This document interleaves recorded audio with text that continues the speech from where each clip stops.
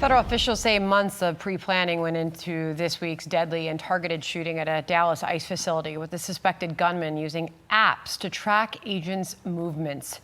Let's bring in Nancy Larson, acting U.S. Attorney for the Northern District of Texas. I think that shocks many of us that was even possible to use these ICE apps to track agents. Yes, absolutely. That is a frightening reality. It puts the officers' lives and safety at risk, and it also interferes with law enforcement operations. It also interferes with transporting detainees and arresting people that have warrants. And so we're very concerned about it in the law enforcement community because, as I said, it puts not only the agents at risk, but also the detainees. The Deputy Director of the U.S. ICE Enforcement, Madison Sheehan, joined me on America's Newsroom earlier today on these apps being used to track these agents. She said this. What we see is that people are using these apps, using this violent rhetoric that we're seeing online, coming from the media, coming from politicians, to use this as an excuse to attack ICE officers. Using apps and using social media to track ICE officers to intentionally put them in harm's way is unacceptable, and it has to stop. Obviously, this has to be prioritized. Somehow we have to stop the use of these apps to target and track these ICE agents. This has to end. What is in the works to make that happen? Well, this is a matter that is being handled by the Department of Homeland Security. I'm not privy to exactly what they're doing to try to thwart these apps, but basically there's public information out there, there's people looking and watching and posting, and what we really have to do is to encourage people to be good citizens and to follow the rule of law and not try to thwart the operations of these agents and this agency that does very valuable work. Indeed, and heroes as they have been described in the videos that you're seeing there at that facility when this attack was being carried out.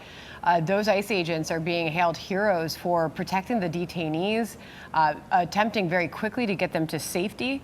Just some of what we saw in the quotes from the notes found in the home of the suspect. Yes, it was just me, people showing up to collect a dirty paycheck, intended to maximize lethality against ICE personnel. I mean, this attack intended to hurt many. Okay, this obviously was a moment that showed that these ICE agents, while the detainees were there and while they saw them in the line of this attack, they threw themselves out on the front lines and tried to bring these detainees to safety and protect them.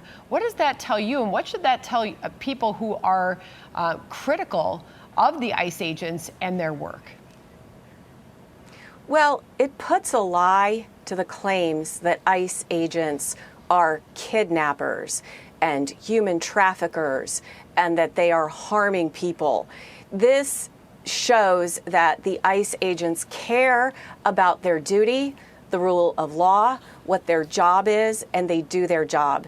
And as we see in this video and as we heard from witnesses during our investigation, those agents, while under fire, went out there to protect people. So it cannot be true that they are kidnappers and that they are terrorizing the detainees. That is just a lie. And people need to stop telling that lie. And everyone should watch this video and they should listen to the testimony from the people that were there and see how these agents take their duty to protect the detainees very seriously as well. President Trump sure watched it, and he weighed in, warning the radical left Democrats. He said the games could backfire after this Dallas ICE attack. He said, quote, "We won't take it anymore." Nancy, appreciate you joining us on all of this. Thank you very much. Thank you, Sandra. Want even more Fox News on YouTube? Become a Fox News Patriot today. Click join to find out how.